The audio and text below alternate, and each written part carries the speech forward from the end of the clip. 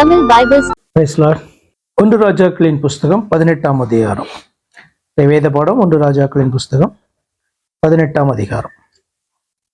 அநேக நாள் சென்று 3ஆம் வருஷம் ஆகையில், என்ன அநேக நாள் சென்றது அப்படின்னு சொன்னா, சமாரியாவில் பெரிய பஞ்சம், இஸ்ரவேல் தேசத்துல ஒரு பெரிய பஞ்சம் உண்டாகும் என்று ஆண்டவர் சொன்னார். அதைப்படி பஞ்சம் காணப்பட்டது. அப்போ கர்த்தர் என்ன பண்றாங்க, அந்த பஞ்சம் இப்போ முடிய போகிறது. ஆனபடியால் தான் கர்த்தர் என்ன பண்றாங்க, பேசுறாங்க. 3ஆம் வருஷம் ஆகையில் கர்த்தருடைய வார்த்தை எலியாவுக்கு உண்டாகி, இது பாத்தீங்கன்னா அப்ராக்சிமேட்லா 3 வருஷம்.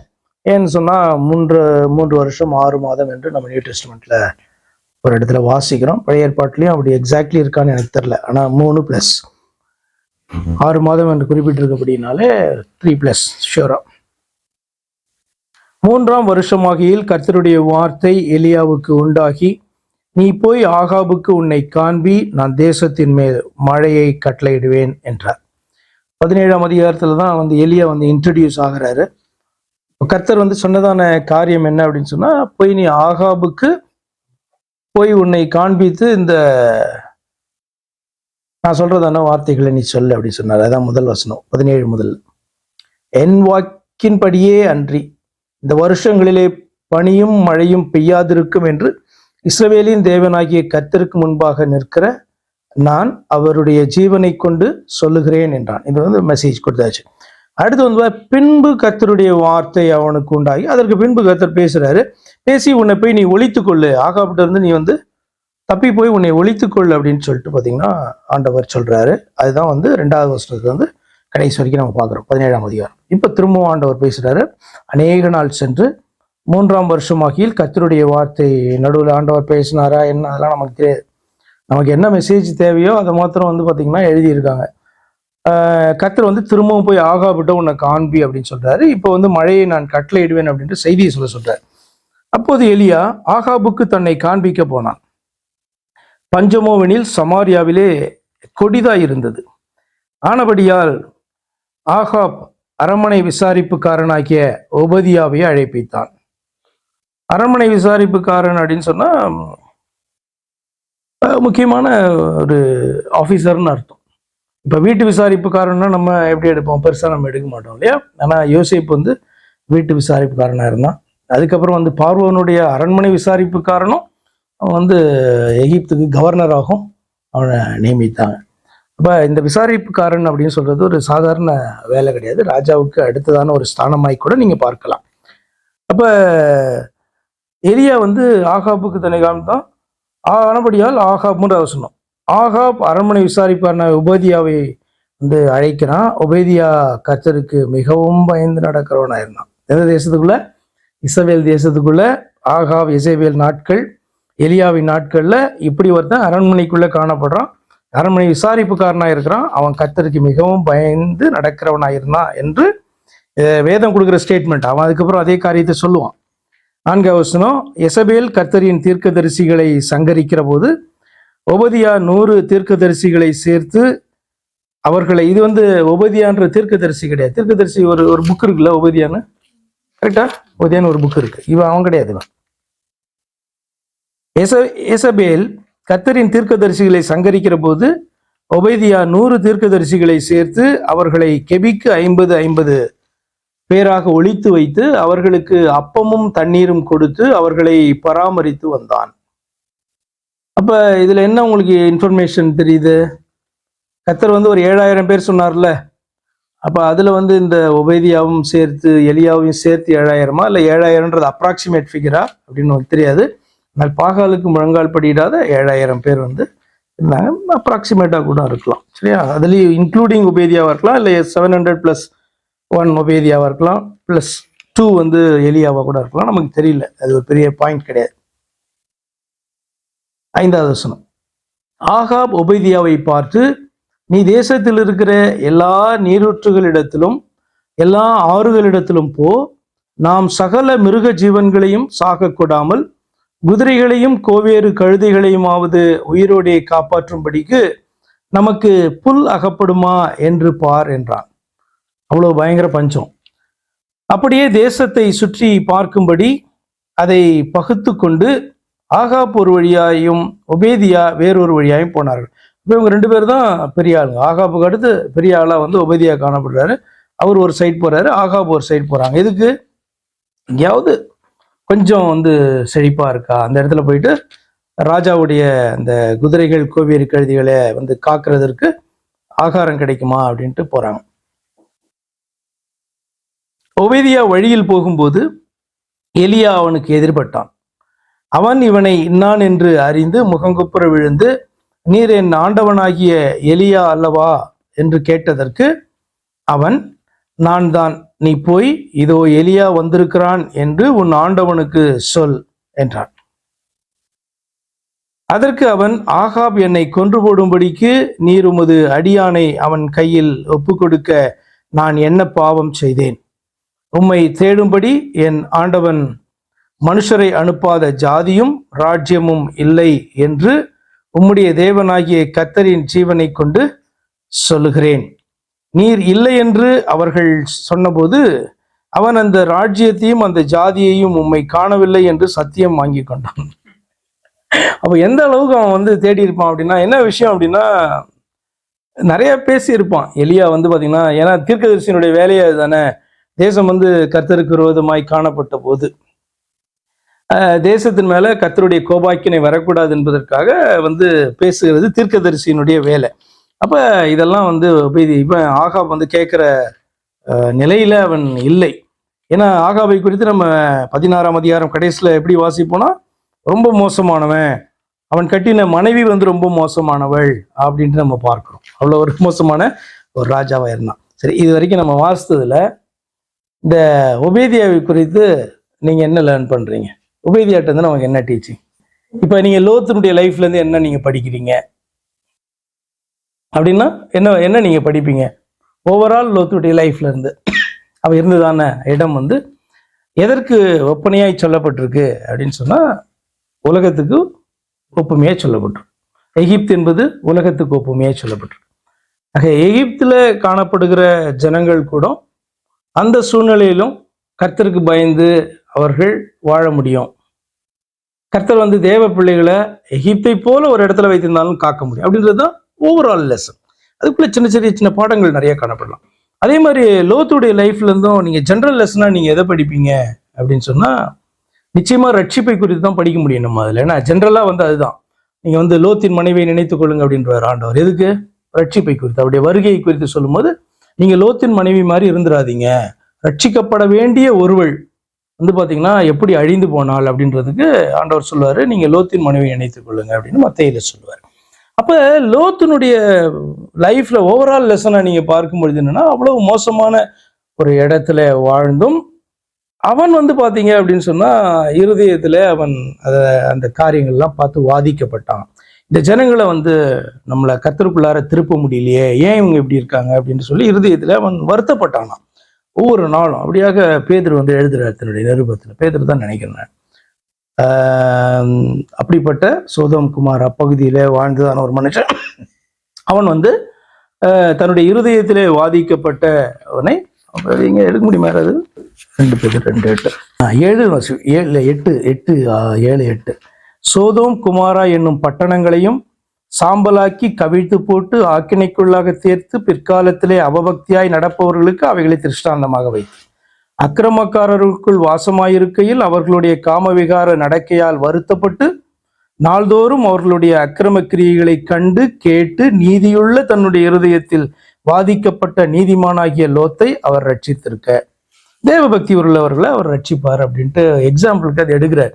பேதுரு இதை எடுத்து எழுதலைன்னா நமக்கு இந்த அளவுக்கு லோத்தை குறித்து நம்ம என்ன பண்ண மாட்டோம், சிந்திக்க மாட்டோம். அவனை வந்து ஒரு ரொம்ப நெகட்டிவ் கேரக்டராக தான் நம்ம என்ன பண்ணுவோம் பார்ப்போம். ஆபிரகாம் விட்டு தூரமா ஓடி போனவன், பணத்துக்காக அப்படி போயிட்டான், செழுமையை பார்த்து போயிட்டான், இப்படிலாம் நம்ம பயங்கரமா திங்க் பண்ணுவோம். ஆனா வந்து பாத்தீங்கன்னா இந்த இடத்துல வந்து ரொம்ப பாசிட்டிவா அவனை குறித்து எழுதுறாரு. அவன் நாள்தோறும் வந்து பாத்தீங்கன்னா அந்த அக்கிரம செய்கைகளை கண்டு அவன் தன்னுடைய நீதியுள்ள இருதயத்துல அவன் பாதிக்கப்பட்டான். சரி, ஓகே. அப்ப ஜெனரல் லெசனா நம்ம படிக்கிறது என்ன அப்படின்னு சொன்னா, ரட்சிப்பை குறித்த ஒரு காரியத்தை நோவா கிட்ட இருந்து இவங்கிட்ட இருந்து எகிப்து தேசத்துக்குள்ள இருந்த தன்னுடைய ஜனங்களை ஆண்டவர் மீட்டது, மோசையை உள்ள வைத்து காத்தது. அதே போல இந்த இடத்துலையும் மோசமான தேசம் மாத்திரமல்ல, அந்த தேசத்தினுடைய அந்த அந்த சென்டரே வந்து எங்க அட்மினிஸ்ட்ரேஷன் சென்டரே வந்து அரண்மனை தான். அங்க இருக்கிறதான ஆகாப்பும் ஏசபேலும் தான்.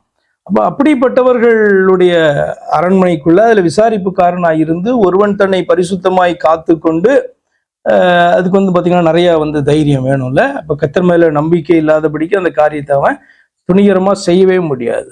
அப்ப எல்லாரையும் ஏசபேல் வந்து கொன்று போடுகிறதான வேலையில கர்த்தருடைய தீர்க்கதரிசிகள் 100 பேர் அவன் வந்து பாதுகாத்து இருக்கிறான்னா, அது வந்து சாதாரணமான ஒரு விஷயம் இல்லை. அப்ப அது ஜெனரல் லெசன் நமக்கு என்னன்னா, உலகம் மோசமா இருக்கும். ரொம்ப சிம்பிள். இவன் வந்து பாத்தீங்கன்னா ஆகாபுடைய ஒரு கைக்கூலியா மாறிடலாம் இல்லையா? அதே மாதிரி லோத்து வந்து பாத்தீங்கன்னா இப்படி இருக்கு எல்லா இடமும், நம்மளும் வந்து இப்படி இருக்கலாம் அப்படின்ட்டு லோத்து என்ன பண்ணலாம், தன்னை வந்து அந்த பாவத்துக்கு விற்று போட்டுடலாம். ஆனால் இந்த இடத்துல ஒபேதியாவை நீங்கள் பார்க்கும் பொழுது அவன் வந்து தன்னை காத்து கொண்டது மாத்திரமல்ல, பரிசுத்தமாக இருந்தது மாத்திரமல்ல, அவன் அநேக தேவ பிள்ளைகளுக்கு ஒரு ஆசீர்வாதமான பாத்திரமாக காணப்பட்டான். இது ஒபேதியா கிட்ட இருந்து நம்ம படிக்கிறதான லெசன். நம்ம எந்த காலத்துல வாழ்கிறோம், எந்த சூழ்நிலையில வாழ்கிறோம் என்பதையெல்லாம் கடந்து அதுல வந்து ஆண்டவர் நமக்கு வேதத்துல கற்றுக் கொடுக்கிறது தெரியுமா, எந்த காலகட்டத்துல நீ வாழ்ந்தாலும் உன்னால என்ன பண்ண முடியும், அவர் விரும்புகிற ஒரு வாழ்க்கையை நீ வாழ முடியும். எந்த சந்ததியில வாழ்ந்தாலும் சுத்தி இருக்கிற எல்லாம் மோசம், ஈவன் என்னுடைய குடும்பம் மோசம் அப்படின்னு சொல்லிட்டு கூட அதே மாதிரி நான் இருப்பேன் அப்படின்ட்டு இருக்கிறதுல அந்த இண்டிவிஜுவல் வந்து கர்த்தருக்கு முன்பாக அந்த ஒரு காரியத்தை சொல்லி தப்பித்து கொள்ள முடியாது என்பதற்கு இதெல்லாம் வந்து சாட்சி. அப்ப ரொம்ப வைராக்கிய வாஞ்சியோடு கூட ஆகாப் வந்து பாத்தீங்கன்னா தேடி இருக்கான். காரணம் என்னன்னா, இவன் சொல்லிட்டு போன மாதிரியே மழை வந்து ஸ்டாப் ஆயிடுச்சு. அதுக்கப்புறம் பஞ்சம் கொஞ்சம் கொஞ்சமா வந்து ஸ்டார்ட் ஆயிருக்கும். அப்ப எல்லா இடத்துலயும் உன்னை பிடிச்சி உன்னை கொன்னுட்டு அப்படி தேடி இருக்கான். எல்லா இடத்துலயும் அந்த ஜனங்கள்கிட்ட ராஜ்யத்துல வந்து என்ன பண்ணியிருக்கான், சத்தியம் வாங்கிட்டு இருக்கான். ஓகே, 11ஆம் வசனம். இப்போதும் நீ போய் உன் ஆண்டவனுக்கு இதோ எலியா வந்திருக்கிறான் என்று சொல் என்று நீர் சொல்லுகிறீரே, நான் உம்மை விட்டு போன உடனே ஒருவேளை கர்த்தருடைய ஆவியானவர் உம்மை எடுத்து நான் அறியாத இடத்திற்கு கொண்டு போவார். அப்பொழுது நான் இந்த விஷயம்லாம் எப்படி ஒபேதியாக்கு தெரியும்? நம்ம இனிமேல் தான் இதெல்லாம் வாசிக்க போறோம்ல. இனிமேல் தான் வந்து பாத்தீங்கன்னா கர்த்தர் வந்து எலியாவை எடுத்துக்கிட்டதெல்லாம் பார்க்கணும். அப்ப இது வந்து எலியாவுடைய லைஃப்ல ஆகாப்ட இருந்து பல முறை அப்படி எசபேல்ட்ட இருந்து தப்பி இருப்பானோ ஒரு 2 முறையாவது, நமக்கு தெரியல.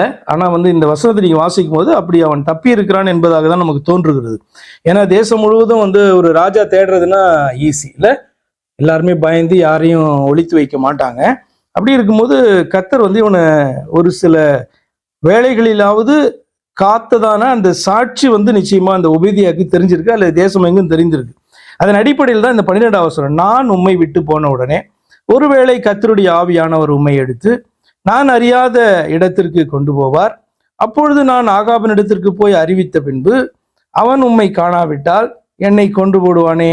உமது அடியானாகிய நான் சிறு வயது முதல் கர்த்தருக்கு பயந்து நடக்கிறவன் அப்படின்ட்டு என்ன பண்றான் சொல்றான். 13. ஏசபேல் கர்த்தரின் தீர்க்கதரிசிகளை கொன்று போடுகிற போது நான் கர்த்தருடைய தீர்க்கதரிசிகளில் 100 பேரை ஒவ்வொரு கெபியிலே 50 பேராக ஒழித்து வைத்து அவர்களுக்கு அப்பமும் தண்ணீரும் கொடுத்து பராமரித்து வந்த என்னுடைய செய்கை என் ஆண்டவனுக்கு அறிவிக்கப்படவில்லையா? ஒரு அரண்மனை விசாரிப்புக்காரனா இருந்துட்டு இந்த காரியத்தை வந்து ஈஸியா செய்ய முடியுமா? என்ன நினைக்கிறீங்க? மற்றவர்களுடைய உதவி இல்லாம செய்ய முடியுமா? 100 பேரை வைத்து பராமரிக்கணும் ஆக்சுவலா இல்ல. இப்போ இவனுக்கு ஒபேதியாவுக்கு சிலர் உதவி பண்ணியிருப்பாங்க அரண்மனைக்குள்ளேயும் இல்ல. அப்ப அந்த 7000த்துல அதெல்லாம் சேர்ந்து இருக்கும்னு நினைக்கிறேன் நான் இல்லையா. நிச்சயமா தனியா செய்ய முடியாது. எப்படியா இருந்தாலும் ராஜாக்கு விஷயம் போகும். அப்ப ரொம்ப வந்து பாத்தீங்கன்னா நம்ப தகுந்ததான ஒரு சிறு கூட்டமாவது ஒபேதியாவுக்கு வந்து அதுல உதவி செய்திருக்க வேண்டும். ஏன்னா நீங்க நிறைய ஃபுட்டெல்லாம் கொண்டு போய் வச்சு எவ்வளவு நாட்கள், ஏறக்குறைய 3 வருஷம் வந்து இவர்களை வந்து காத்திருக்கிறான் அட்லீஸ்ட் இல்லையா. 3 வருஷம் இல்லை, அதுக்கு மேலேயே கூட அவன் வந்து காத்திருப்பான். 3 years வந்து பஞ்சம். அதுக்கு முன்னாடில இருந்தே எசபேல் இருந்து பார்த்தீங்கன்னா தீர்க்கதரிசி எல்லாம் கொண்டுகிட்டே வரா. 14. இப்பொழுதும் என் ஆண்டவன் என்னை கொன்று போடும்படியாக நீர் இதோ எலியா வந்திருக்கிறான் என்று போய் அவனுக்கு சொல் என்று சொல்லுகிறீரே என்றான். அதற்கு எலியா, இன்றைக்கு என்னை அவனுக்கு காண்பிப்பேன் என்று சேனைகளின் கர்த்தருக்கு முன்பாக நிற்கிற நான் அவருடைய ஜீவனை கொண்டு சொல்லுகிறேன் என்றான். அப்பொழுது ஒபதியா போய் ஆகாபை சந்தித்து அவனுக்கு அதை அறிவித்த உடனே ஆகாப் எலியாவை சந்திக்க போனான். ராஜா வந்து பாத்தீங்கன்னா எலியாவை நோக்கி வராரு அவனை மீட் பண்றதுக்காக. 17 ஆகாப் எலியாவை கண்டபோது ஆகாப் அவனை நோக்கி, இஸ்ரவேலை கலங்க பண்ணுகிறவன் நீ அல்லவா என்றான். கலங்க பண்ணுகிறவனா ட்ரபிள் மேக்கர்னு அர்த்தம், பிரச்சனை பண்றவன். கலங்க பண்ணுகிறவன் நீ அல்லவா என்றான். அதற்கு அவன், இஸ்ரவேலை கலங்க பண்ணுகிறவன் நான் அல்ல, கர்த்தரின் கட்டளைகளை விட்டு பாகால்களை பின்பற்றினதினால் நீரும் உம்முடைய தகப்பன் வீட்டாருமே இஸ்ரவேலை கலங்க பண்ணுகிறவர்கள். இப்பொழுதும் கர்மேல் பர்வதத்திலே இஸ்ரவேல் அனைத்தையும், அவ்வளவுதான். பார்த்தோன்னா 2 பேரும் வந்து பகைஞர்கள். அதனால வந்து பாத்தீங்கன்னா அந்த டாக் வருது, நீ தான் கலங்கம் பண்றமா இல்லை நீ தான் கலங்க பண்ண, அது ரொம்ப நேரம் வந்து கொண்டு போறது வேஸ்ட். அதனால ஸ்ட்ரெயிட்டா வந்து எலியா வந்து என்ன காரணத்துக்காக வந்தாரோ அந்த பாயிண்ட்டுக்கு வந்துட்டார். 19 வருஷம். இப்பொழுதும் கர்மேல் பர்வதத்திலே இஸ்ரவேல் அனைத்தையும் பாகாலின் தீர்க்கதரிசிகள் 450 பேரையும் ஏசபேலின் பந்தியிலே சாப்பிடுகிற தோப்பு விக்கிரகத்தின் தீர்க்கதரிசிகள் 400 பேரையும் என்னிடத்தில் கூட்டிக் கொண்டு வர ஆட்களை அனுப்பும் என்றான். ஏன்னா இது வந்து ஒரு தீர்க்கதரிசி பண்ண முடியாது, ஆனா ஒரு ராஜானா என்ன பண்ண முடியும், தேசத்துல இருக்க ஜனங்கள்லாம் ஈஸியா கொண்டு வந்துடலாம். அதே மாதிரி அந்த தீர்க்கதரிசிகள் எல்லாரையும் கொண்டு வர முடியும். இந்த இடத்துல வந்து பாத்தீங்கன்னா அவர்கள் கள்ள தீர்க்கதரிசிகள் அப்படின்னு போட்டிருக்காது, ஆனா பாகாலின் தீர்க்கதரிசிகள் அப்படின்னா கள்ள தீர்க்கதரிசிகள் தான். அப்படிதான் நம்ம வந்து பாத்தீங்கன்னா கண்டுபிடிக்கணும். அப்ப இவர்கள் வந்து பாத்தீங்கன்னா பாகாலுடைய தீர்க்கதரிசிகள், அப்புறம் வந்து தோப்பு விக்கிரகத்தினுடைய அந்த தீர்க்கதரிசிகள், விக்கிரகத்தின் தீர்க்கதரிசிகள் 400 பேர். ஸோ எல்லாரையும் வந்து கர்மேல் மலை பர்வதத்துல என்ன பண்றாங்க, கூடி சேர்த்தாச்சு. 20 வருஷம். அப்படியே ஆகாப் இஸ்ரவேல் புத்திரர் எல்லாரிடத்திலும் ஆட்களை அனுப்பி கர்மேல் பர்வதத்திலே அந்த தீர்க்கதரிசிகளை கூடி வரும்படி செய்தான். அப்போது எலியா சகல ஜனத்தண்டைக்கும் வந்து இப்ப ஸ்ட்ரைட்டா வந்து கர்த்தருடைய செய்தியை வந்து கொடுக்குறான் அல்லது ஆலோசனையை கொடுக்குறான். 21 சகல ஜனத்தண்டைக்கும் வந்து, நீங்கள் எந்த மட்டும் 2 நினைவுகளால் குந்தி குந்தி நடப்பீர்கள். கர்த்தர் தெய்வமானால் அவரை பின்பற்றுங்கள், பாகால் தெய்வமானால் அவனை பின்பற்றுங்கள் என்றான். ஜனங்கள் பிரதியுத்தரமாக அவனுக்கு ஒன்றும் சொல்லவில்லை. இப்போ இந்த 21 வருஷத்துல என்ன நீங்க லேர்ன் பண்றீங்க, இந்த ஜனத்தினுடைய நிலை, அவர்கள் எப்படி யாரை ஃபாலோ பண்ணிட்டு இருக்காங்க, என்ன புரிஞ்சுக்கிட்டீங்க அந்த வசனத்துல இருந்து? 21 வசனம், எந்த மட்டும் 2 நினைவுகளால் குந்தி குந்தி நடப்பீர்கள். கர்த்தர் தெய்வமானால் அவரை பின்பற்றுங்கள், பாகால் தெய்வமானால் அவனை பின்பற்றுங்கள் என்றான். ஜனங்கள் பிரதியுத்தரமாக அவனுக்கு ஒன்றும் சொல்லவில்லை. எங்கேயோ கேட்ட மாதிரி இருக்கா அந்த வசனம், எங்கேயாவது கேட்டது ஞாபகம் இருக்கா பைபிள்ல? யோசுவாவினுடைய காலத்துல இப்படி நடந்தது. யோசுவாவினுடைய இந்த கடைசி நாட்கள்ல உங்களுக்கு ஞாபகம் இருக்கும் இல்லையா, அவன் வந்து பாத்தீங்கன்னா நானும் என் வீட்டாரும் வென்றால் கர்த்தரையே சேவிப்போம் அப்படி சொல்லுவான்ல. அப்ப இப்படி ஒரு காரியத்தை வந்து அவன் அவர்களுக்கு முன்னாடி ஒரு கேள்வியை வைப்பான். நீங்க வந்து ஒன்று சூஸ் பண்றதுன்னா கர்த்தரை நீங்க சூஸ் பண்ணுங்க, இல்லை அப்படின்னு சொன்னா நீங்க நதிக்கு அப்புறத்துல இருந்தாலும் பிதாக்களுடைய தேவர்களை நீங்க வந்து ஃபாலோ பண்றதுனா பண்ணுங்க. நீங்க டிசைட் பண்ணுங்க. நான் என்ன டிசைட் பண்றேன்னா, நானும் என் வீட்டாரும் என்றால் கர்த்தரை சேவிக்கிறதுக்கு நாங்க டிசிஷன் எடுத்துட்டோம், நீங்க யாரை சேவிக்க போறேன்னு டிசைட் பண்ணுங்க அப்படின்ட்டு என்ன பண்ணோம், அவர்களுக்கு முன்னாடி ஒரு கேள்வி வைப்போம். அதே போல் ஆல்மோஸ்ட் அதே மாதிரியான ஒரு கேள்வி. அப்படியானால் என்னுடைய கேள்வி என்ன அப்படின்னா, இதுல இருந்து நீங்க இஸ்ரவேல் ஜனங்களுடைய அந்த ஆராதனை அல்லது யாரை அவர்கள் சேவிக்கிறார்கள் என்றதை எவ்வளவு வண்ணமாய் நீங்க இதுல புரிந்து கொள்றீங்க? 21 வசனம். ஏன் அப்படின்னா 2 நினைவுகள் அப்படின்னு சொல்றான்ல அவன். அப்படியானால் இவர்கள் வந்து கர்த்தரை முழுசுமா மறந்துட்டோ கர்த்தரை தள்ளினதான ஜனங்களோ அல்ல, கர்த்தரும் அவர்கள் மத்தியில தெய்வமாக அவர்களால ஆராதிக்கப்படுகிற தெய்வம் தான். ஆனால் அதே நேரத்துல வந்து பாத்தீங்கன்னா அவர்கள் என்ன பண்றாங்க, பாகாலையும் தெய்வமாக அவர்கள் வழிபடுகிறார்கள். ரொம்ப ஒரு மோசமான ஒரு சிச்சுவேஷன். அது மாத்திரமல்ல, இதுதான் ரொம்ப ஆபத்தான சிச்சுவேஷன். பாகால் கிட்ட போற ஜனங்களையாவது நீங்க என்ன பண்ணலாம், கர்த்தர் தெய்வம்னு சொல்லி கொண்டு வரலாம். இவன் வந்து கர்த்தரையும் தெய்வம்னு சொல்றான், பாகாலையும் தெய்வம்னு சொல்றான். அப்ப 2 நினைவுகள், இந்த பக்கம் போனா இதை ஆராதிக்கிறாங்க, அந்த பக்கம் போனா ஆராதிக்கிறாங்க. தேசத்துக்குள் தங்களுடைய வாழ்க்கைக்குள்ள 2 தெய்வங்களை அவர்கள் என்ன பண்றாங்க, கம்ப்ளீட்டா டிஃபரெண்ட் காட்ஸ். அதை வந்து என்ன பண்றாங்க, அவர்கள் நம்புகிறார்கள், அவைகளை சேவிக்கிறார்கள். ஆனா பாகாலுக்கு இது ஒரு பிரச்சனையுமே கிடையாது, பாகாலுக்கு இது ஒரு இஷ்யூவே கிடையாது. ஆனா கர்த்தருக்கு வந்து இது ப்ராப்ளம். என்ன அப்படின்னா, அவரை என்று ஏன் அப்படின்னா, நீங்க அந்த வசனத்தை நீங்க நல்லா மனதில் வைத்துக் கொள்ளுங்க, அல்லது அந்த அந்த அந்த போதனையை நீங்க நல்லா மனதில் வைத்துக் கொள்ளுங்க. என்ன அப்படின்னு சொன்னா, கர்த்தர் தெய்வம் என்பது மாத்திரம் பாயிண்ட் கிடையாது, அது ஒரு பாயிண்ட் தான். ரெண்டாவது பாயிண்ட் என்னன்னா, கர்த்தர் என்று வேறொரு தெய்வம் கிடையாது. நீங்க வாசிக்க முடியும். ஏசாயா தீர்க்கதரிசனத்துல அதிகமா நீங்க பார்ப்பீங்க. கர்த்தர் பாத்தீங்கன்னா, நான் தான் கர்த்தர்ன்னு சொல்லுவார், நான் தான் ரட்சகன் சொல்லுவார், நான் தான் தெய்வம் சொல்லுவார். எனக்கு முன் வேற தெய்வம் இல்லை, எனக்கு பின் வேற ஒரு தெய்வம் இல்லை, என்னுடைய வேற தெய்வம் இல்லை. அப்படியாக பாத்தீங்கன்னா உண்மையான தெய்வத்தை குறித்துதான அந்த உபதேசம் டாக்டரினை நீங்க எடுத்தீங்க அப்படின்னு சொன்னா, அவர் மட்டும்தான் தெய்வம், அவரை அன்றி வேறொன்றுமே தெய்வம் கிடையாது அப்படின்றதான் கரெக்டான டீச்சிங். அப்ப இந்த இடத்துல பாத்தீங்கன்னா இவர்களுக்கு கர்த்தர் தெய்வமாக காணப்படுகிறார், அதே நேரத்துல பாகாலும் இவர்களுக்கு தெய்வமாக காணப்படுகிறான் அப்படின்றது பாத்தீங்கன்னா கர்த்தர் அக்செப்ட் பண்ணிக்கிற காரியம் கிடையாது, பாகாலுக்கு ஓகே. சரி, அவர்களுக்கு பாத்தீங்கன்னா ஒன்றுமே இதுக்கு பதில் சொல்லல, அவங்க பதில் சொல்ல முடியாத ஒரு நிலையில அவங்க நிக்கிறாங்க. 22 வசனம். அப்போது எலியா ஜனங்களை நோக்கி, கர்த்தரின் தீர்க்கதரிசிகளில் மீந்திருக்கிறவன் நான் ஒருவன், பாகாலின் தீர்க்கதரிசிகளோ 450 பேர். இப்பொழுதும் 2 காளைகளை எங்களிடத்தில் கொண்டு வரட்டும். இப்ப ப்ரூவ் பண்றதுக்கு உண்மையான காட் யாருன்னு ஆகாபுக்கும் இந்த ஜனங்களுக்கும் ப்ரூவ் பண்ணி காண்பிக்கிறதற்கான ஒரு காரியம் இது. என்ன அப்படின்னா, ஆகாபுக்கும் இஸ்ரவேல் ஜனங்களுக்கும் கர்த்தர் இன்னொரு சந்தர்ப்பத்தை என்ன பண்றாரு அந்த நாட்களில, ஏலியாவினுடைய இந்த டெமான்ஸ்ட்ரேஷன் மூலமா ஆண்டவர் பாத்தீங்கன்னா ப்ரூவ் பண்ணி காண்பிக்க போறாரு. அதுதான் இதெல்லாம் அவன் செய்யறான். 2 காளைகளை இடத்துல கொண்டு வாங்க, ஒரு காளையை அவர்கள் தெரிந்து கொண்டு அதை சந்து சந்தாக துண்டித்து நெருப்பு போடாமல் விறகுகளின் மேல் வைக்க கடவர்கள். நெருப்பு போட்டு வச்சுட்டா அது ஆமா, அது பட்சிக்க ஆரம்பிச்சிடும் நெருப்பு. அப்போ நெருப்பு போடக்கூடாது. நான் மற்ற காளையை அப்படியே செய்து நெருப்பு போடாமல் விறகுகளின் மேல் வைப்பேன். வித்தியாசமான 2 பலிபீடங்கள். நீங்கள் உங்கள் தேவனுடைய நாமத்தை சொல்லி கூப்பிடுங்க. நல்லா இந்த வசனத்தை கவனிச்சுட்டு வந்தீங்கன்னா ரொம்ப இன்ட்ரெஸ்டிங்கான ஒரு காரியம் காணப்படும். என்னன்னா, அவர்களுடைய தேவனுடைய நாமத்தை சொல்லி கூப்பிடுங்கள். நான் கர்த்தருடைய நாமத்தை சொல்லி கூப்பிடுவேன். அர்த்தம் என்னன்னா, நான் என்னுடைய தேவனுடைய நாமத்தை சொல்லி கூப்பிடுவேன், நீங்கள் உங்களுடைய தேவனுடைய நாமத்தை சொல்லி கூப்பிடுங்க அப்படின்றது.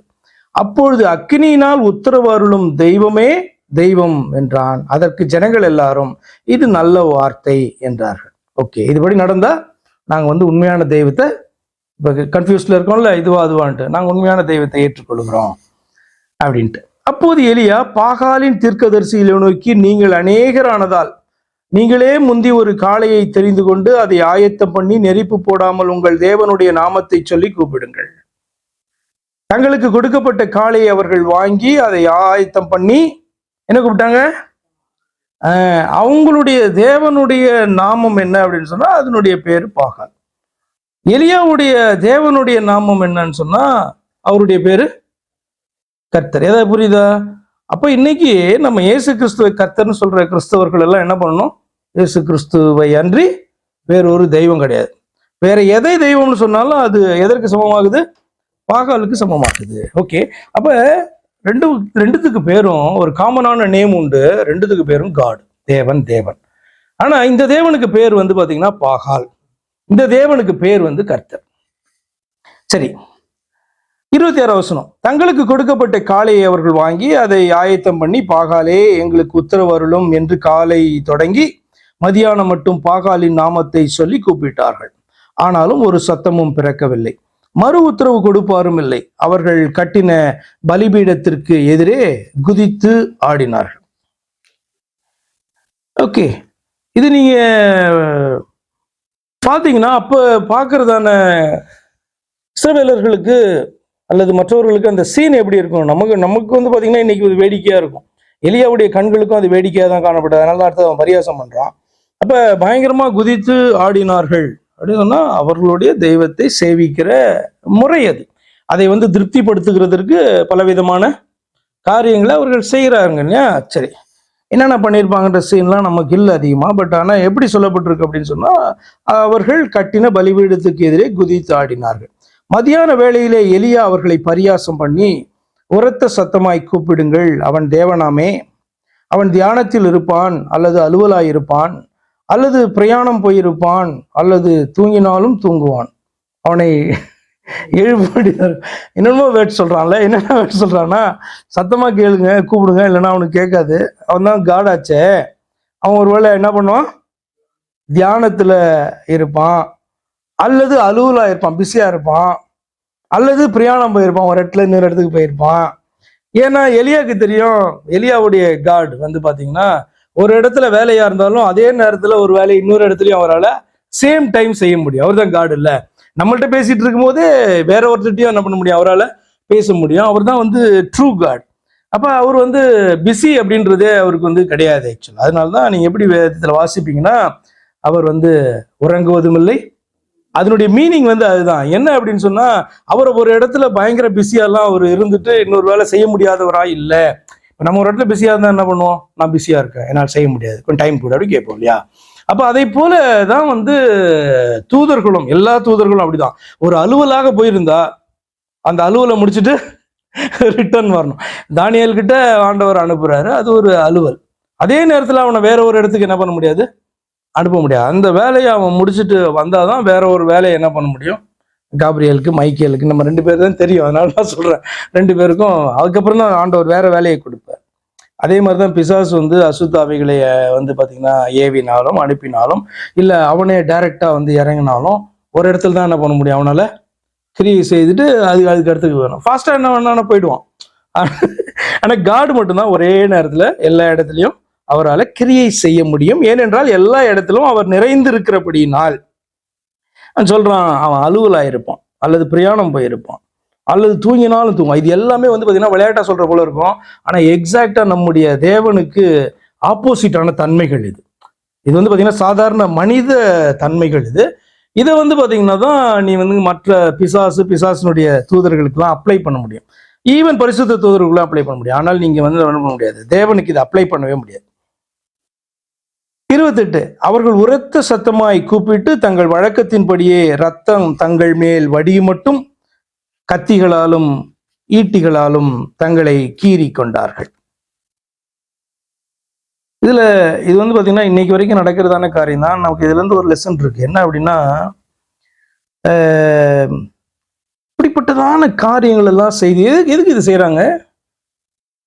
அவங்களுடைய தெய்வம் வந்து மனம் இறங்கணும், மனம் இழகணும் அப்படின்றதுக்காக செய்யப்படுகிற காரியம். அப்ப நம்முடைய தேவன் வந்து மனம் இழகணும் இறங்கணும் அப்படின்னா அது அவருடைய ஸ்பாவத்திலே இருக்குது. இறங்குறதான ஸ்பாவம் வந்து பாத்தீங்கன்னா அவருடைய ஸ்பாவத்திலேயே காணப்படுது. தன்மை இல்லை, அவருடைய நேச்சர் அது ஆக்சுவலா. அப்ப நாம செய்கிறதான ஒரு செயலினாலே வந்து பாத்தீங்க அப்படின்னு சொன்னா அவருடைய அந்த மனதை மாற்றி இறங்க வைக்கிறது இப்படி எல்லாம் வந்து என்ன பண்ண முடியாது, செய்ய முடியாது. அப்ப இவர்கள் அந்த தெய்வத்தை குறித்து இவர்கள் அறிந்து வைத்திருக்கிறதான காரியம் இதுதான். இது வந்து இன்னைக்கு வரைக்கும் எல்லா ரிலீஜன்லயும் தொடருகிறது. என்னன்னா, தேவனை வந்து சந்தோஷப்படுத்துகிறதற்காக பல்வேறு விதமான காரியங்களை வந்து பாத்தீங்கன்னா செய்கிறது. ஹிந்துவிசத்துல நிறைய இருக்கு. அப்ப இது ஏன் கேட்டேன் கேத்தலிக்லன்னா, அப்ப கிறிஸ்டியானிட்டிக்குள்ள கூட அது வந்திருக்கு பாருங்களேன் ஓரளவு. அப்ப பெண்டிகாஸ்ட்ல வந்து அந்த மாதிரி ஏதாவது இல்லைன்னாலும் வேறு விதத்துல இதே தாட் இருக்கா ஏதாவது நமக்கு? இப்படி ஒரு தாட், தெய்வத்தை வந்து பாத்தீங்க அப்படின்னு சொன்னா அவர் ஒரு டிசைட் பண்ணி ஒரு காரியத்தை வச்சிருக்காரு, அதை வந்து மனம் மாற்றி இப்படி செய்ய வைக்கிறதுக்கு, இறங்க வைக்கிறதுக்கு. அதுக்கு வந்து பாத்தீங்கன்னா பைபிள்ல வேறு மாதிரி வந்து சொல்லப்படுது. ஏன்னா பரிதானம் வாங்குகிறவர் அல்ல, பரிதானம் அவருக்கு கொடுக்க முடியாது. அப்படி சொன்னா ஏதோ ஒரு பொருளை எதையோ ஒன்று கொடுத்து அவரை சந்தோஷப்படுத்தி நம்ம என்ன பண்ண முடியாது, அவரை மாற்ற முடியாது அப்படின்றதான ஒரு வசனமும் காணப்படும். அப்ப இந்த காரியம் வந்து பாத்தீங்கன்னா அவர்கள் இப்படிலாம் செய்து தங்களுடைய தெய்வத்தை அவங்க சாட்டிஸ்ஃபை பண்ண விரும்புகிறார்கள். நான் திரும்பவும் சொல்றேன், நம்ம தெய்வம் அப்படி கிடையாது. ஏன் அப்படின்னா, நமக்கு ஒரு காரியங்கள் நடக்காத போது நம்ம இருதயத்துல எப்படி தோணும், கர்த்தர் ரொம்ப சாடிஸ்டா இருக்கிறார். இது வந்து ஆக்சுவலா சாடிசம் இல்லை. என்ன அப்படின்னு சொன்னா, தங்களுடைய ரத்தம் வர்ற வரைக்கும் ஈட்டிகளாலும் இதாலும் தங்களை கீறி கொள்ளுகிறார்கள், ரத்தம் வருது. அப்ப அதை பார்த்து அந்த தெய்வம் வந்து மனமிறங்கும் அப்படின்னு சொல்றது வந்து சாடிசம் இல்லை. ஆனா நம்முடைய தெய்வத்தை குறித்து கூட நமக்கு சில நேரங்களில் இப்படி வந்து எண்ணம் வருமா இல்லையா? நம்மளை வந்து நம்ம கஷ்டப்படும் போது, நம்ம வந்து பாத்தீங்கன்னா ரொம்ப மோசமான ஒரு நிலைக்கு போகும்போது, அப்போ வந்து பாத்தீங்கன்னா நம்ம யோசிக்க முடியும், ஏன் தேவன் வந்து செய்ய மாட்டேன்றார், எனக்கு இறங்கி செய்திடலாமே அப்படின்ட்டு என்ன பண்ண முடியும், நம்மளால ஒரு நிமிஷம் யோசிக்க முடியும் இல்லையா? கிடையவே கிடையாது. அவர் சாடிஸ்டே கிடையாது. அப்படி நமக்கு ஒரு காரியத்தை கொடுக்காதபடிக்கு நம்மளை கஷ்டப்படுத்துகிற தேவன் அல்ல. ஏதோ ஒரு காரியம், ஏதோ ஒரு ரீசன் அவருக்கு காணப்படும். பொருத்தனை இது பார்த்தீங்க அப்படின்னா தங்களுடைய சரீரத்தை வருத்தி கொண்டு இப்படிலாம் செய்கிறதான காரியமா இருக்கு. ஆக்சுவலாக பார்த்தீங்கன்னா நீங்கள் புதிய ஏற்பாட்டுக்குள்ளே வரும்போது இந்த பொருத்தனை அப்படின்றதான காரியத்தை நீங்கள் என்ன பண்ண முடியாது, பார்க்க முடியாது. ஆக்சுவலாக ஏன் பொருத்தனை பண்ணக்கூடாதானா பண்ணலாம், ஆனால் பொருத்தனையில் என்ன ரிஸ்க் இருக்குது அதை பார்க்கணும். இப்போ பழைய ஏற்பாட்டில் பொருத்தனையை குறித்து இருக்கு, பொருத்தனை செய்து வேண்டிக் கொள்வாயாக அப்படி கூட இருக்கு இல்லையா.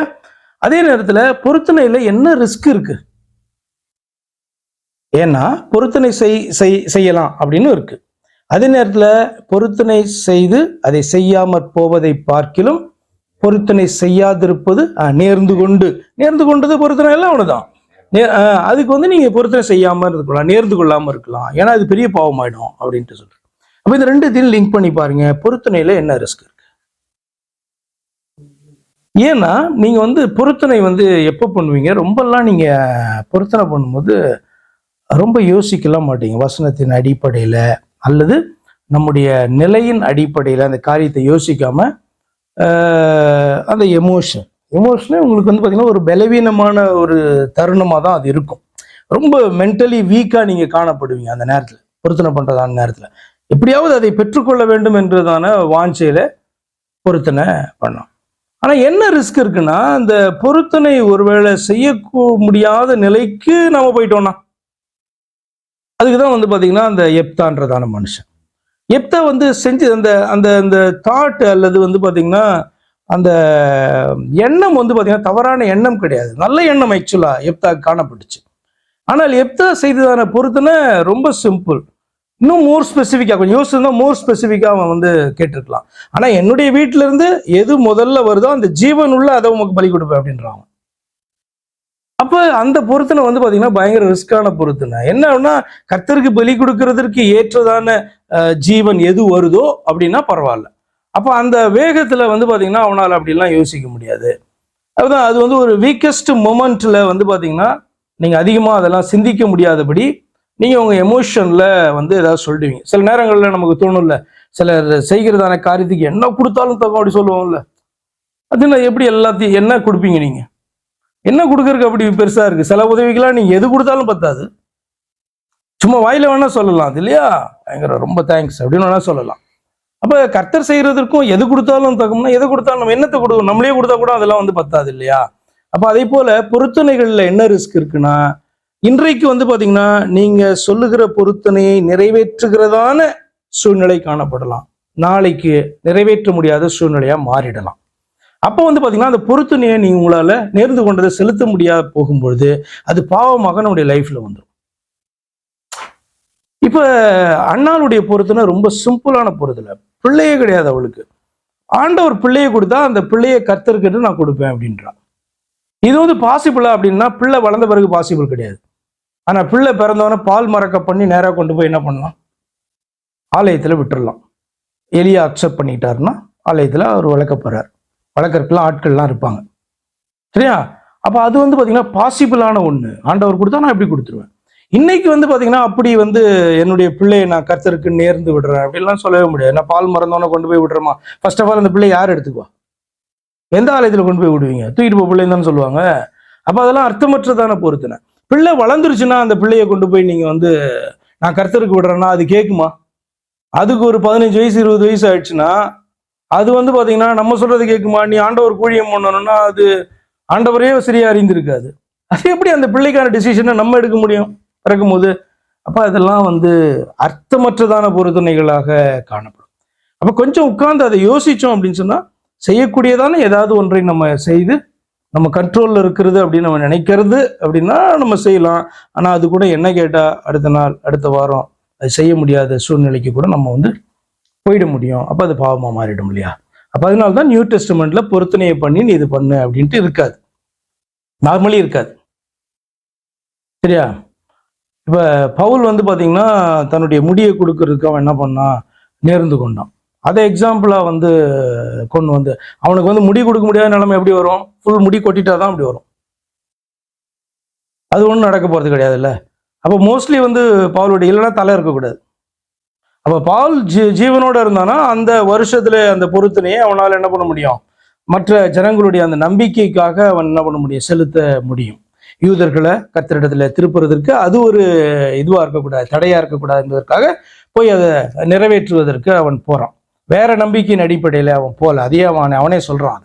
ஸோ அதை நம்ம எக்ஸாம்பிளா எடுத்து என்ன பண்ணலாம், நேர்ந்து கொள்றதான காரியத்தை செய்யணுமா அப்படின்னா இண்டிவிஜுவலுடைய காரியம், அது இண்டிவிஜுவலுடைய காரியம். இப்போ நான் வந்து சேலரியில் இவ்வளோ தரேன் அப்படின்னு நம்ம சொன்னோம் அப்படின்னா, ஆமாம் இது நம்ம கண்ட்ரோலில் எந்த இடத்துல சேலரி வந்தால் தருவேன், வரலன்னா இல்லை. அப்படியே இடத்துல கர்த்தர் இந்த வேலையை கொடுத்தா நான் இதை வந்து செய்யறேன் அப்படி சொல்லும்போது அந்த வேலை கிடைச்சதுன்னா நிச்சயமா நம்மளால செய்ய முடியும்ல. அப்படி ஆனா அதை விட்டுட்டு வந்து பாத்தீங்கன்னா முடியாத, இயலாத, நம்முடைய கண்ட்ரோல்லே கம்ப்ளீட்டா இல்லாத ஒன்றை நம்ம சொன்னோம்னா அதுக்கு கர்த்தர் ஒரு டெஸ்ட்டை வச்சுட்டாருன்னா என்ன பண்றது? எப்தாக்கு அந்த டெஸ்ட் தான் காணப்பட்டுச்சு இல்லையா? 29. ஓகே. மதியான வேலை சென்ற பின்பு அந்திபலி செலுத்தும் நேரமட்டாக சன்னதம் சொல்லி கொண்டிருந்தார்கள். சன்னதம்னா அந்த மந்திரம் மாதிரி அப்படியே சொல்லிட்டே இருக்கிறது போல. ஆனாலும் ஒரு சத்தமும் பிறக்கவில்லை, மறு உத்தரவு கொடுப்பாரும் இல்லை, கவனிப்பாரும் இல்லை. அப்போது எலியா சகல ஜனங்களையும் நோக்கி என்கிட்டே வாருங்கள் என்றான். இது வந்து பாத்தீங்கன்னா எப்பயுமே நீங்க, நான் உங்களுக்கு வலதுசாரி இடதுசாரின்ட்டு ஒரு இது எடுத்தேன்ல, இதை நீங்க நிறைய இதுக்கு அப்ளை பண்ணணும். ஃபார் எக்ஸாம்பிள் இப்போ வந்து தேவனுடைய குணாதிசயங்கள், தேவன் எப்படி ஜபத்தை கேட்கிறார் அப்படின்ற காரியங்களை குறிச்செல்லாம் நம்ம பேசுறோம்ல. அதே நேரத்தில் வந்து பார்த்தீங்கன்னா வேதத்தில் இப்படி வசனத்தை பார்ப்பீங்க, என்னுடைய நாவிலே சொல் பிரவாதத்திற்கு முன்பாகவே அதை அறிந்திருக்கிறார். நான் அதை பேசுறதுக்கு முன்னாடி அப்படின்னா அது இன்க்ளூடிங் ஜபம் தான். ஜபம் பண்ணுறதுக்கு முன்னாடி ஆண்டவர் அறிந்திருக்கிறார், இதுக்கு ஜபம் பண்ணணும் அப்படின்னு நினச்சிடலாம்ல. இதுதான் வந்து இடதுசாரி. இன்னொன்று வந்து பார்த்தீங்கன்னா இப்படி வந்து கர்த்தரை எப்படியாவது வந்து மயக்கிடலாம், எப்படியாவது திருப்பிடலான்ட்டு இன்னொரு பக்கம் இது பண்றது. அப்ப பைபிள் வந்து அதை குறித்து என்ன சொல்லி கொடுக்குது ஜெபத்தை குறித்து அப்படின்னு சொன்னா, சோர்ந்து போகாத, நீ உனக்கு கொடுக்கல அப்படின்னு சொன்னா கூட, உனக்கு கிடைக்கல அப்படின்னு சொன்னா கூட, நீ எதிர்பார்க்கிற நேரத்துல கிடைக்கலன்னா கூட சோர்ந்து போகாதபடிக்கு ஜெபம் பண்ணுங்க அப்படின்ட்டு அதுக்கு ஒரு ஊமையை வந்து பாத்தீங்கன்னா கர்த்தர் வந்து வைக்கிறார். ஒரு சாதாரண உலக மனுஷன், அநீதியானவன், அவனிடத்துல தொடர்ந்து கேட்கும்போது அவன் வந்து பாத்தீங்கன்னா டிஸ்டர்ப் பண்ண வேணாம் இவ அப்படின்ட்டு செய்யறானே. ஒரு மனுஷன், ஒரு அநீதியான நியாயாதிபதி. அப்ப நான் நீதியானவர், உன்னுடைய ஜபத்தை கேட்கிறவர், கேட்க விரும்புகிறவர், உனக்கு செய்ய விரும்புகிறவர். அப்படி இருக்கும்போது நீ என்னிடத்துல சோர்ந்து போகாம கேட்கும் பொழுது, ஆண்டவர் செய்யவே மாட்டேன்றாரு, அவ்வளவுதான் கொடுக்க மாட்டார் அப்படின்னு ஸ்டாப் பண்ணா அது அர்த்தம் இல்லையே, நீ என்னை புரிந்து கொள்ளல. நீ ஆனால் தொடர்ந்து என்னிடத்துல கேட்கும் பொழுது நிச்சயமாக செய்யாதிருப்பேனோ அப்படிங்கிறார். லூக்கால வந்து பாத்தீங்கன்னா அந்த ஓமையை திரும்ப திரும்ப படிச்சு பாருங்க, என்ன அதுல மீன் பண்றாரு அப்படின்ட்டு. நீ அதுக்காக உன்னுடைய ஜபத்தை நிறுத்தக்கூடாது, உன்னுடைய வாஞ்சியை விட்டுறக்கூடாது, அந்த ஹோப்லயே நீ காணப்படணும். அதுக்காக தொடர்ந்து நீ செபிக்கணும். அநீதியான அந்த மனுஷன் செய்யறதை நீ பார்க்கலையா, அப்ப நீதி உள்ளதான உன்னுடைய தேவன் உனக்கு நீடிய பொறுமையா இருந்து அதை செய்யாதிருப்பாரோ நிச்சயமாக செய்வார் அப்படி சொல்றாரு. நிச்சயமாக செய்வார் அப்படின்னு அந்த ஓமையை முடிக்கிறார். அப்ப இது என்ன அப்படின்னா, இடதுசாரி போல நடந்து கூடாது, வலதுசாரி மாதிரியும் நடந்துக்கூடாது. அப்படி நம்ம பிரேயர் இருக்கக்கூடாது, இப்படி நம்ம பிரேயர் இருக்கக்கூடாது. அப்படி நம்முடைய தெய்வத்தை நம்ம எப்படி நம்ம புரிந்து கொண்டு இருக்கிறோம், எப்படி நம்முடைய பிரேயர் இருக்கணும் அப்படின்னு பார்த்தா அந்த பிரேயர் வந்து நம்பிக்கையோடு கூட தொடர்ந்து காணப்படணும். சொன்னதை ஆண்டவர் செய்வார். ஓகேவா? எல்லாமே இந்த வலதுசாரி இடதுசாரி எல்லாத்துக்குமே நீங்க அப்ளை பண்ணலாம்.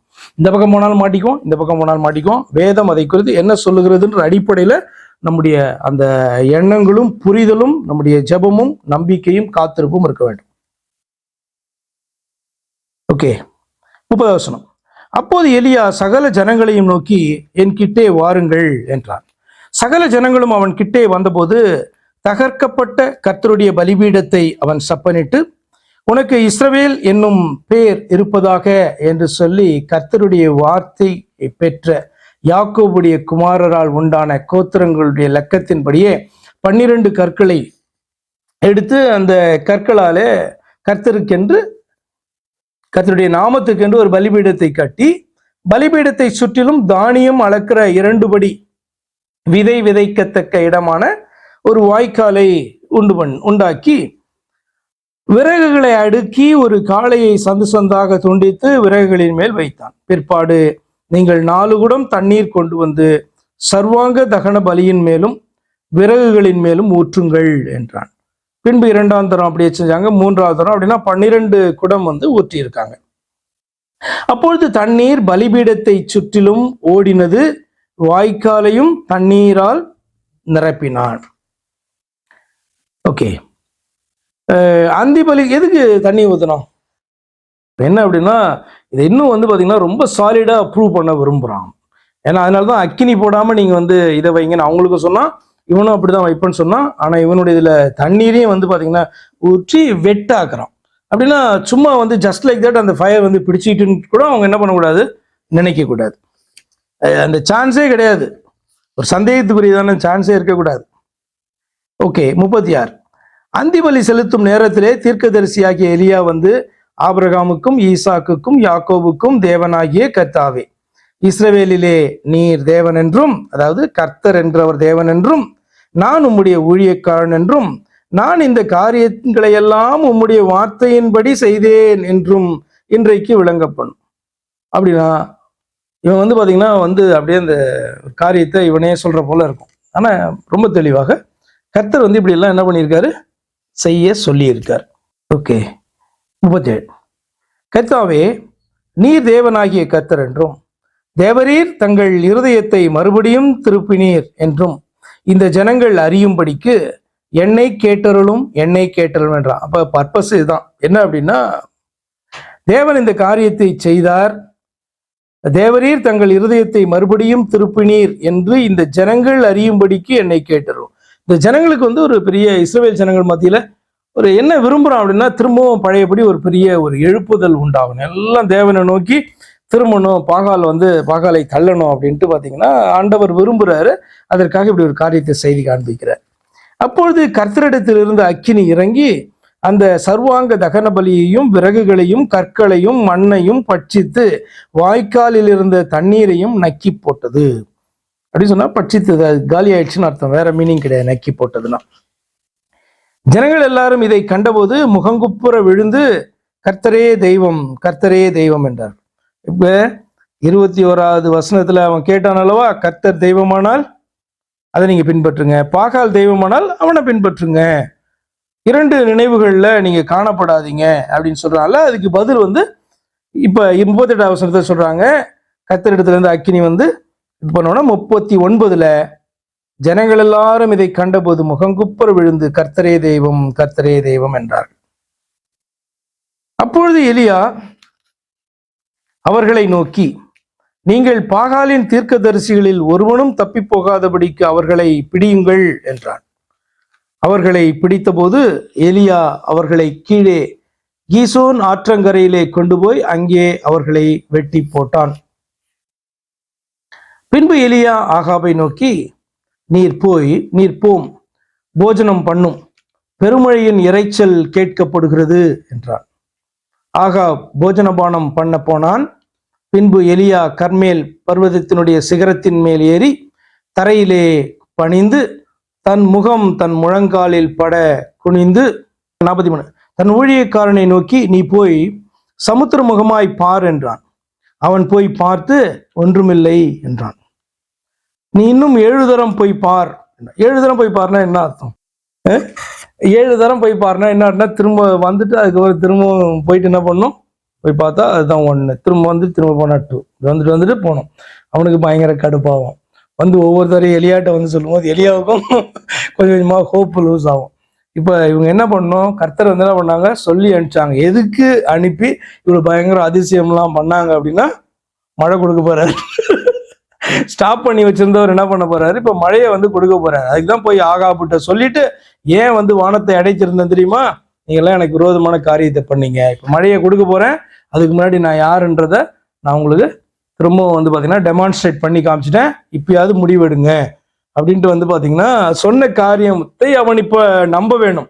அதிசயம்லாம் நடந்ததை பார்க்கல. இப்ப இது பெரிய அதிசயம் என்னன்னா, 3 வருஷத்துக்கு அப்புறம் இப்ப மழை வந்து ஆண்டவர் சொன்னபடி வரப்போகுது. இப்போ 7 தரம் வந்து பாத்தீங்கன்னா அவங்களுடைய அந்த நம்பிக்கையை வந்து பாத்தீங்கன்னா டெஸ்ட் பண்ணப்படுது அந்த இடத்துல.